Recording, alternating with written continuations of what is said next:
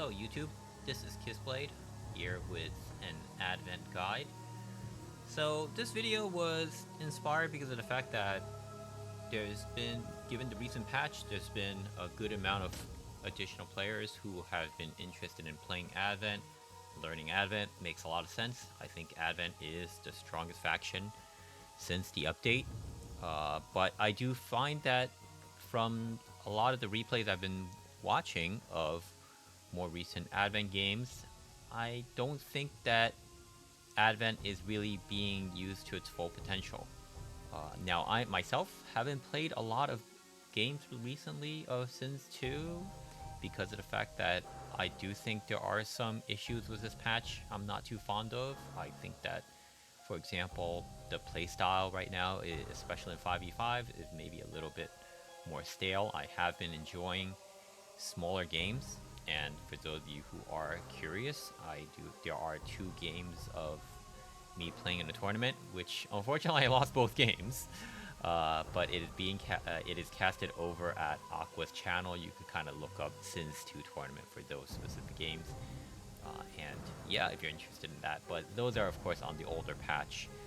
But for those of you who are looking to learn Advent and thinking about just how to approach the game and so forth, maybe this is the guide for you. So first things first, something to kind of consider about Advent is whether you want to play Reborn or Wrath.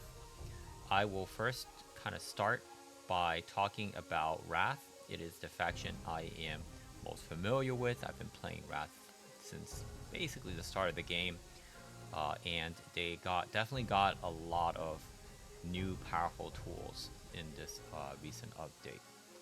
So, as Wrath, one thing to be aware of is that you start the game with this Greater Temple of Pilgrimage, and as a result, your early expansion is going to be different than every other faction in the game. So, with other factions, the way you would traditionally choose to expand is by essentially building a colony ship, often with a more combat-focused capital ship, or a colonizing capital ship. And then what you will often do is supplement it with a few light frigates, move it to a planet, kill the siege frigate, and as you're killing the siege frigate, hit the colonize button manually on it because the auto colonize will not colonize the planet if there's a siege frigate in the system. So you'll need to manually direct it just to save some extra time, and then immediately after you kill the siege frigates, just move on to the next planet. And this gives you a very fast expansion. Now with Wrath, you are going to have a slower expansion rate, but what you are more incentivized to do is play around these temple pilgrimages, which you start with a temple pilgrimage in your home system, and you can research the temple pilgrimage here.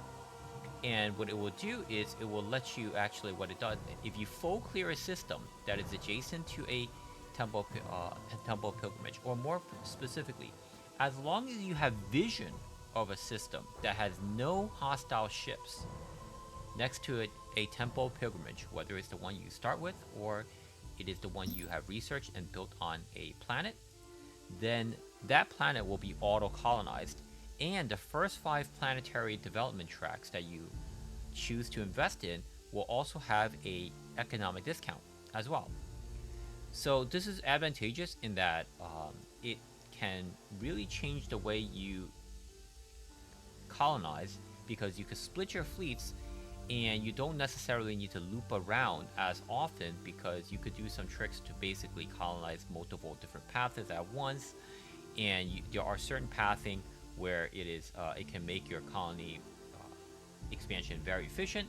There's also certain routes where it is not necessarily so efficient. For example, Wrath feels really bad if you just have a chain of single lane planets. And actually, I just realized that I probably shouldn't be doing a game start to show this. It is better if I simply quit the game. Let's look at just kind of like pull up any random old replay. Let's say here. Oh, whoops! This is me with one. I apologize. Wow, that was floppy. That was me as sorry. Let's just do a single player of the one we just looked at here. So an example of this is pretend that, now this is actually kind of nice. If I have, let's say, a pilgrimage over here, it kind of adjacent to this one and this one. But let's say like you just have a series of single lanes. You're here, here, here, and then there's another single lane, and so forth. And then it feels really bad as Wrath. And what you would normally do with this Temple of Pilgrimage, if you choose to build it, is after it has auto-colonized all the surrounding planets, you could just basically drag and drop it off the system, and you'll get back a refund for it, the cost of it. I would also recommend doing that with the home system one. You do not get a refund of this back because it doesn't cost anything when you're done with the auto-colonize around the home system, because there are some nice planetary items you could build on the home system planet anyway. The Aluxian Income one, well, which is not revealed right now, is good. The Sanctuary Spire is very good, which I'll get to later on. You may consider building the Tithe Sanctum. You may consider building the Plasma Furnace as well. So these are all things you could consider building on your home system planet. You might run out of planetary slots if you choose to build those. So yeah, so that's one of the things about Wrath to be aware of, that is very unique to Wrath. The other thing to take note of is that now Wrath and Reborn do actually have different playstyles. And the reason why is because their Unity powers are going to dictate some things to consider when you are taking a fight, and as a result, you can also end up just building a different fleet composition accordingly to take advantage of some of these Unity powers. In addition, Wrath does get, in my opinion, the slightly better combat boost of the Psi Power plus 30, and the main reason why is because of the fact that Wrath can also choose to put their culture where they are fighting, so they will get this combat Psi Power buff in the planet if they choose. So it can add that extra little bit of extra firepower if needed. So, alright. Now, aside from those more Wrath specific things, what are some things to kind of be aware of in terms of how you want to start the game? Now, for the capital ship that is the de facto starting capital ship you should be considering is the House Ion. And the main reason why this cap is what you want to consider now in the current meta is because the only thing that got arguably nerfed with Advent this patch is their start. Advent is weaker than the prior patch in terms of starting combat prowess, mainly because of the fact that you now actually have to get a building instead of just researching a low civilian one to tech right away to get Clairvoyance. And Clairvoyance is extremely useful as a 1-point wonder in the prior patch because it gave you essentially free vision on demand anywhere you want it, and it was a very cheap 1-point investment. And now it is no longer there, so I will say that does kind of like weaken the Advent start ever so slightly. But what you get back in exchange is way more, and we're gonna take a look at those. So yeah, the Advent early game has always just been, it's probably the weakest point. Advent is strongest, I would argue, in the mid game, and then it kind of like evens out to the other factions late game. But I would say like that's the way you want to kind of think about the Advent power curve. So the House Ion is your best duelist as in terms of cap ships against other capital ships. And the main reason why is not because it will win in a straight up fight. But instead, what it can let you do is you can kite with the House Ion and set all its strike craft to bombers and use the bombers to basically chip away at the enemy cap ship in any system. And you would just essentially kite the House Ion around. In addition, the House Ion is your best source of point defense, so anti-strike craft, anti-missiles, as well as coming with a spell that augments that. So it supplements a lot of the early Advent weaknesses, such as to missiles, to other cap ships, and so forth. So it's a all-around very good ship to start with, and also it is the fastest ship that will full clear a system as Wrath. The other cap ship you may want to consider starting in very niche situations, and I don't recommend starting this cap ship unless you are really experienced with what you're doing, but it is something to keep in mind that you can experiment with down the line, is the Radiance. Okay? And the main reason why is because as Advent, you don't get easy access to Tauronite, the red exotics. And as a result, often if you start with a House Sign, you're not going to have a Radiance for a while. If you start with the Radiance, you're not going to have a House Sign for a while. The Radiance is much worse at expanding because it has no point defense, so it takes a lot of damage if there's any Javelin missile cruisers in the system. But it essentially means that if your opponent starts with certain build orders that are centered around, let's say, frigate spam, you will auto win the matchup. So, because of animosity. So, that is one of the points in favor of the Radiance. In addition, Detonate Antimatter is extremely good against certain caps. For example, it is very helpful against, say, the Egg. It's useful against the Marza. And certain other capital ship openings. Essentially, if you have enough of a supporting fleet for the Radiance is just a very tanky ship that makes subcaps impossible to use against Advent in the early game, early to mid game actually. So yeah, those are the two cap ships to consider.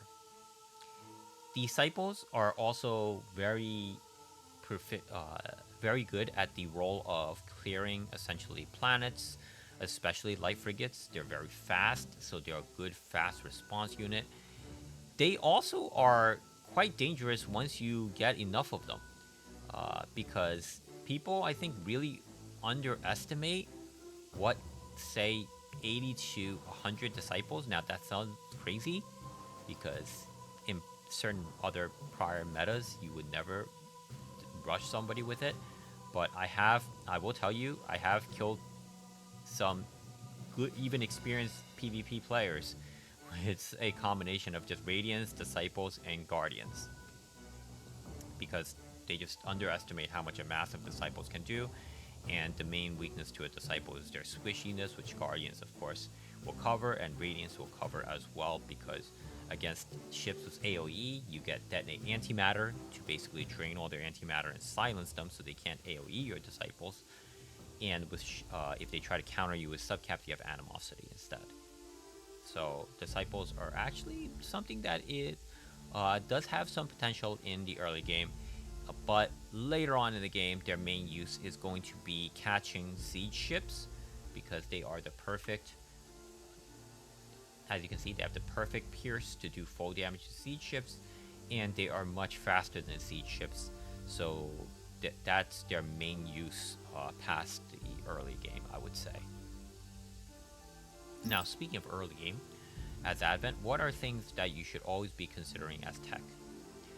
In a large multiplayer game where every single neutral faction is guaranteed, influence is one of the first things I would recommend researching. The only other one I would potentially consider is either the credits, or if you blind jumped into a system that, or you choose to jump in towards a system where you need the colony tech ASAP. Those are the only exceptions, but otherwise, almost always, the default is the influence.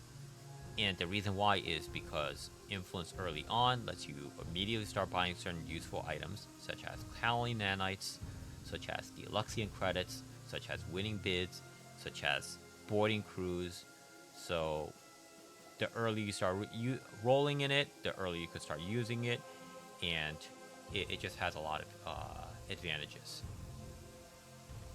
The only other option, as I mentioned, most of the time, as an alternative, for example, for certain maps where if you're playing a smaller map, you don't know what faction will spawn, then the credits are a good default first research, because this is the best econ boost you could get at tier 1 in terms of research, so I will go for that. So other key techs to consider early on, especially at Wrath, is Temple of Unity.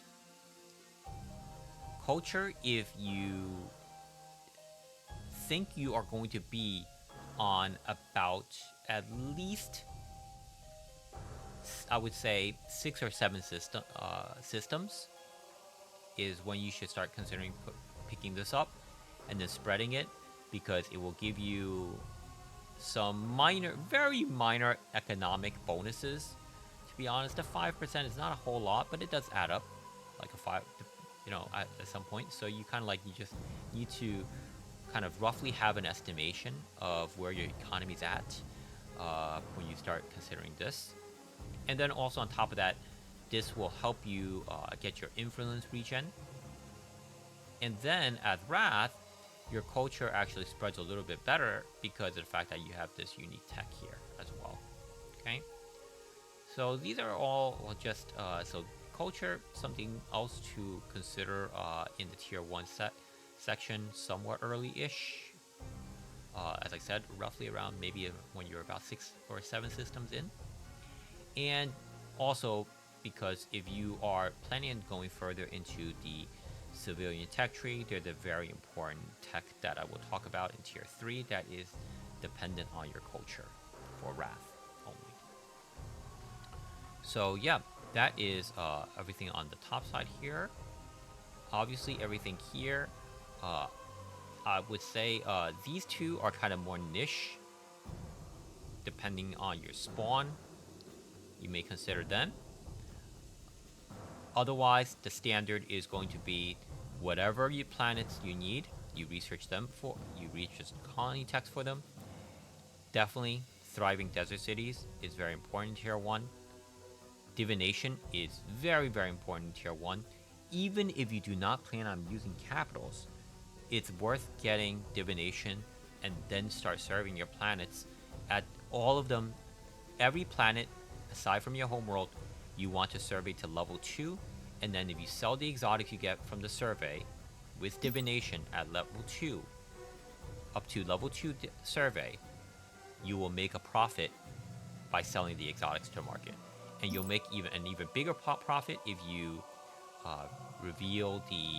if you get 1 point of influence in the Transport Cabal. They're the ones that spawn the Remote Fabricator Cruiser. If you just get 1 point of influence to them, you will also get back 5% extra in any exotics you survey. So that's also something worth considering. Now, what about serving your homeworld?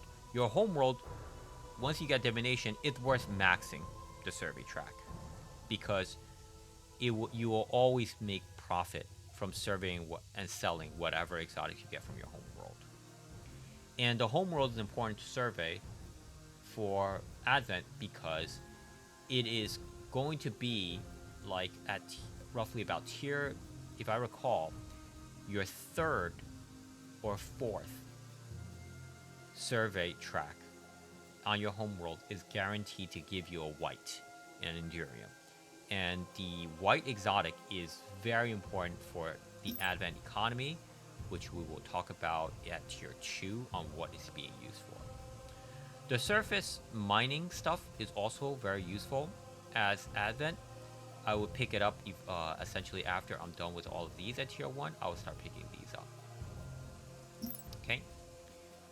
So that is the tier 1 civil. Now, Advent also gets a +3 research point. In other words, you could go to tier 2 very easily from either the civil or the military, thanks to one of these unique buildings. If you build one, you cannot build the other.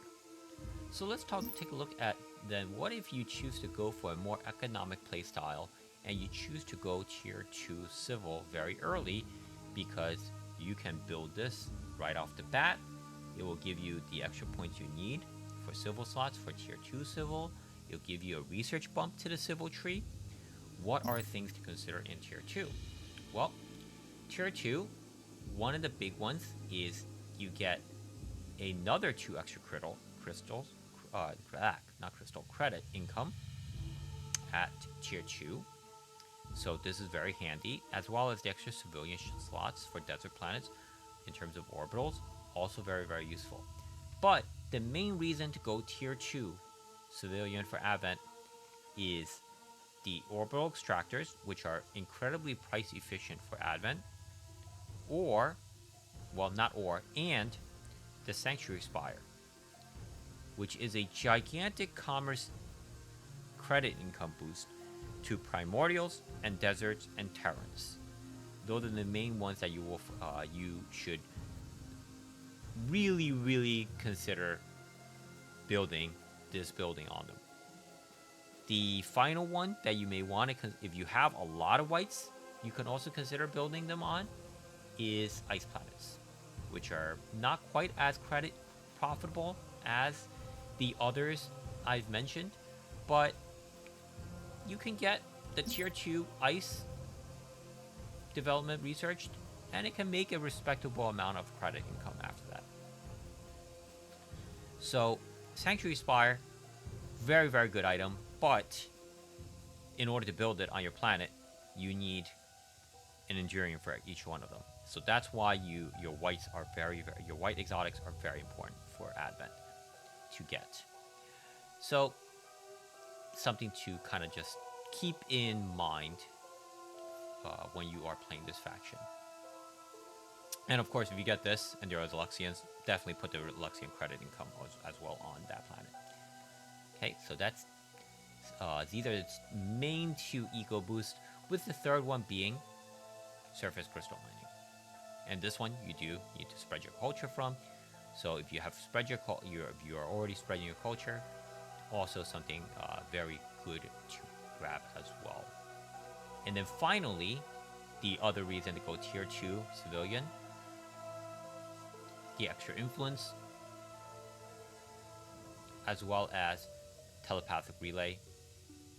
If you want to fund your exotics through, let's say, the Pirate Wager, the Luxians, or you just want to play, kind of fund your econ through influence. If you choose to fund your econ through influence, this was something I didn't know when I first started playing for quite some time, is that your influence regen is going to be, for lack of better words, influenced by your culture spread. So as a result, you will get influence very quickly because of the fact that this telepathic relay item will let you get extra culture spread. The Temple of Communion will increase your culture spread. So yeah, the other thing to kind of keep in mind, the other building to keep in mind in tier 2 for Advent, as well as the fact that something to note about the telepathic relay is that it costs a blue. So if you plan on getting these and building a few of them somewhere, then you need to save up some blues, which you will have a good amount of from serving your homeworld. Some people like the Tithe sanctuary buildings. Tier 1 is pretty negligible, but tier 2 is pretty decent. So I will say I don't usually build these. I think that the time to take to kind of pay off for them is a little bit too long for my liking, but some people like it. Of course, the third tier of the surface crystal mining bump is pretty hefty. It's a pretty hefty bump, so I would definitely grab this. And at some point, I like to grab the knowledge aggregation, mainly because if I plan on start researching, this could just save you some money in terms of upping the research tracks. So if you have a fair amount of volcanoes, then might want to consider getting it. Okay, so tier 3 I will say I tend to prefer to play a little bit more aggressively in my games, so I usually don't get tier 3 civilian that often. Okay? But at Wrath, I would say now I would heavily consider it. And this is another reason why, in some ways, Advent, you want to almost slow play now as Advent. Uh, I would say aggressive play Advent is very suboptimal, in my opinion, in this current patch, because you're just not using a lot of the tools that are very strong for Advent this patch, if you choose to play that way. And that's kind of one of the reasons why I would say I'm not playing as much, because I tend to like aggressive play. But if you want aggressive play, I think the other two factions are just better suited for it, and I haven't really been playing the other factions. So yeah. So why Civil 3? Why has this gotten kind of like, I would say, a bump in priority now as Advent? Well, because as Wrath, if you have been spreading your culture, this is going to be one of the main ways you could get some very, very good focus regen. Because now, one of the changes about Advent focus is the fact that you start with max focus, which lets you really use your, like in the beginning, you can use some very powerful game-changing abilities and use them quite a bit before your focus completely runs dry. But then you'll notice you get 1,000, you start with 1,000 focus, but it regens at 0.5 a second. So it takes quite some time to recover it back. Now, if you have this, that changes everything. Because you can pretty much, if after a while, if you have been spreading your culture with Temple Communions, Telepathic Relay, getting the culture text, especially this, for example, at Wrath, you get this one. You'll also get this one as well, which is giving you extra culture with based upon how much you have researched. If, or rather, not how much you have researched. If you have researched at least 2 points in research tracks on a planet, you'll get a culture rate of 1.0. That's actually very high. I don't know what it technically means, but I do know it's quite high. If you get these two, your culture is going to spread very quickly. And then, if you're at something like, let's say, 15 planets, you have actually tripled your focus regen. No, I'm sorry, quadrupled your focus regen off this alone. And that's not to mention the fact that, of course, you also get the focus regen from these two techs as well. So this is such a game-changing tech for Wrath that you do want to consider whether is it worth going Civilian 3 roughly around, maybe start thinking about it around the 30 to 40 minute mark, because this is such a powerful tech with the Wrath Unity abilities, which I'll cover in a bit. So yeah, this is one of the main. I would say if you're going Civ 3, the main reason is this tech and the Quarium. And the Quarium is, of course, for if you're going Titans. Now, Wrath has the crappiest Titan in the game. So, if you're going Quarium, it's probably it's better off used to build a Quarium for someone on your team instead. Now, what are other techs that are worth getting? Homeworld Prophecy. It gives a very sizable income boost to your homeworld. You can consider the third tier of surface mining for metal. Gives you a pretty hefty metal increase across the board. You're getting 20% extra metal income empire-wide from researching this. And I would say, other than that, that's about. There's not really oh no, I'm wrong. One last one, Division, where you get essentially vision over wherever you have established culture. Because as Wrath, if you're in tier 3, you're pushing your culture, and this is really handy for that, for obvious reasons, because you could get free vision in you're getting free. You could get free vision likely in enemy territory. So really useful as well. So prio number 1, Acclamation of Will. Probably prio number 2, Homeworld Prophecy, and probably prio number 3, Eyes of the Converted. Now, of course, if you're the first one to it, probably prio number 1 is Quarium instead then, because then you essentially build Quarium, but to fund one of your allies to get them an earlier Titan. Okay? So that's something else to consider about. Tier 4 really doesn't get anything useful, I would say. Everything in Tier 4 just comes way too late for the econ bonuses it could give. So I would say pretty much no point. Okay? If it gets very late game in Tier 5, yeah, you know what? Fury of the Unity is still very good. 20% weapon damage increase in any planet that you're fighting over, or any system you fed over that has your culture. Super nice late game. The experience does add up. It's not that great, but it does add up over time. But I'm going to tell you now, let's go over, actually no, yeah, you know what, this is a good time to talk about Unity abilities. Why am I hyping them up so much about, like, hey, focus is really important. Focus regen is actually very good right now to consider researching.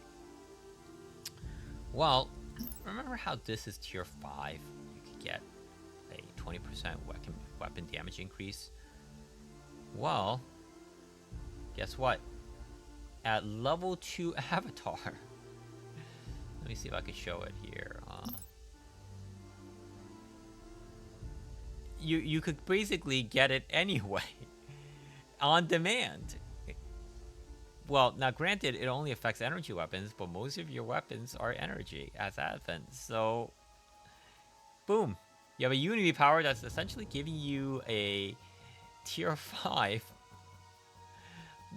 technology, okay? So this is already one of the Unity powers, as you can see, that's quite strong. And in addition to that, now this is AoE around a cap ship, so you have to be mindful about where you're kind of targeting this. But it also gives you a hefty psi power bump as well to that given cap ship. Okay, level 1, 50, 10%. Level 2, it does increase in terms of radius as well, so that is worth noting. And then Tier 3, you could kind of see how this scales up, right? But this is not all. What is the main point of power for Wrath Dispatch in terms of Unity? Is this one right here. It does cost you 2 points per to invest in, but it is extremely worth maxing this out. Chastise is essentially every other minute at level 3, your enemy's cap ships are just going to move at a complete slog, and their missiles are going to be completely useless. And I believe the max speed of in terms of enemy ships, for example, here is at 60%, affects the strike craft as well. And it essentially lets you just do whatever you want in terms of positioning the fight. It lets you run away from the enemy if you want. It lets you prevent an enemy from catching up to you if you want to, let's say, go bomb his planets instead. You want, or he wants to try to retreat because he is taking a bad fight. This spell is so useful. You see a fight break out somewhere else, this is going to give an immediate across the map combat boost essentially. And even though it doesn't have any, like, say, damage reduction here, just the turn speed alone can also influence some of the fights as well in terms of how it's playing out. So this Unity ability is so good. It may not look that impressive, but I am going to tell you that if you're using this and you spam it nonstop in fights, it's a big difference maker. So I would say 1 point in Clairvoyance, then immediately maxes out. And you want to have this maxed out usually, I think, around the 30 to 40 minute mark. It's just that strong. And you max it out by building Unity Temples. You need a total of 7 Unity Temples. So something to consider. 5 of them in your homeworld, 2 at some back planet. Okay? Which means then what you need to do as Advent is make use of planetary labs instead, because you need the orbitals for your extractors, you need the orbitals for your Temple of Unity. And so that's something to keep in mind as Advent, is in advance already pre-planning that idea. Because otherwise, you're going to use up all your orbitals, and then it's going to feel real bad because you don't have any place to put your Unity. And then you're not abusing one of the main things that is going to make Wrath really, really strong this patch. Fury is nice, but I would say so if you are not as experienced with Advent, you may want to consider doing Max Fury instead and applying AoE damage in Gravwelds. It actually does do good damage over time, and it's remote, so you can kind of shift the tides of things. But I would say that given the fact that each level in Fury is 3 Unity points, it's kind of, I feel, very average, mediocre, so, or even lackluster in terms of comparing to these two abilities. And Proselytize, you may want to consider getting 1 point in this at some point, just so that you can remote deploy your culture spread, and also not only does the combo with, of course, here we go, Eyes are converted, but also the fact that you get your 30 side power in the Gravwell, so pretty handy for that as well. So that is everything about the civilian tree to note for Advent Wrath. I think this video has gone on pretty long, so I think this is a good stopping point. So I will likely continue this series with my thoughts on Advent, the military tree, and also some tweaks about Advent in terms of the Reborn, what they get. So I'll end by some things to consider. Now, what does this mean then in terms of the Unity abilities about Wrath playstyles? Well, first of all, the de facto Wrath playstyle is mass capital ships. Main reason why is it is extremely hard to kill your capital ships when you have Chastise, because you could kite the capital ships and they can't catch you. You are going to likely supplement your capital ships with Guardians, of course, so you can keep spamming Mend. Chastise is slowing the main counter to your capital ships as well, which are missiles. And also you could buff your capital ships with Avatar.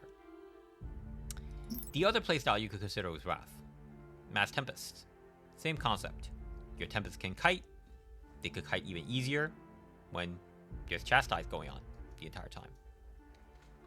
And then finally, something good to now go back onto the and put back onto the radar. The drone hosts. Same exact idea. Drone hosts can kite around the Gravwell. Drone hosts are actually normally pretty slow. But if every other ship is also really slow, then you might want to consider mass drone hosts as a way of catching your opponent off guard. Once again, all thanks to Chastise. Okay, so those are 3 different kind of fleet compositions you could consider. The easiest and safest is definitely mass capital ships backed by Guardians, in which case the traditional way of sort of teching into this is you want to try to get the experience tech somewhat early-ish. And probably the research priority is Guardians first, and as you're building Guardians, your initial first few Guardians, start getting this, and then when this is about halfway, you can start queuing up your capitals, and then as this is going, you get your 500 fleet supply, and then you move on to shield battery, shield burst. Okay, so that's build 1. Fleet composition 2, mass tempests, and in which case, supply first in tier 2, followed by redirect, followed by shield burst. Or rather, no, I'm sorry. No, I'm wrong here. Tech tier 2, supply, guardians, then retargeting, then followed by shield burst. Guardians are still really good. So you want to use your starting greater factory to basically just build out guardians, because not only are they just good ships to provide support, but also the fact that at some point eventually when you choose to transition out of Mass Tempest, even though Mass Tempest is a bit of an all-in strategy, at some point you will need to transition out of it. Guardians are going to let you transition into something like either Illuminators or capital ships. I think I would recommend capital ships, but Illuminators are pretty decent still. So yeah. So those are, as I said, the 3 different fleet comps you consider: Mass Tempests, Mass Drone Hosts. If you do Mass Drone Hosts, you just go Drone Hosts then, because they build really slow and you need your greater factory completely tied up by them. So Mass Drone Hosts on its own. And then if you go Drone Hosts, Shield Burst is useful. The beam is useful because this is the main way you increase your bomber damage. You should change all your Drone Hosts strike craft composition to 2 bombers.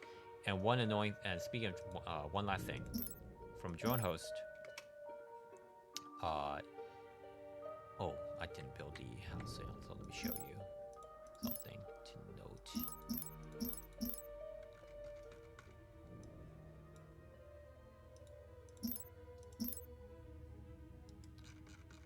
You do have to remember one annoying detail about Drone Host, which is not only do you have to constantly shift the ratio towards bombers, you do have to manually keep remembering to launch all strike crafts. There's kind of a bug where sometimes the strike crafts just do not launch automatically with Drone Hosts.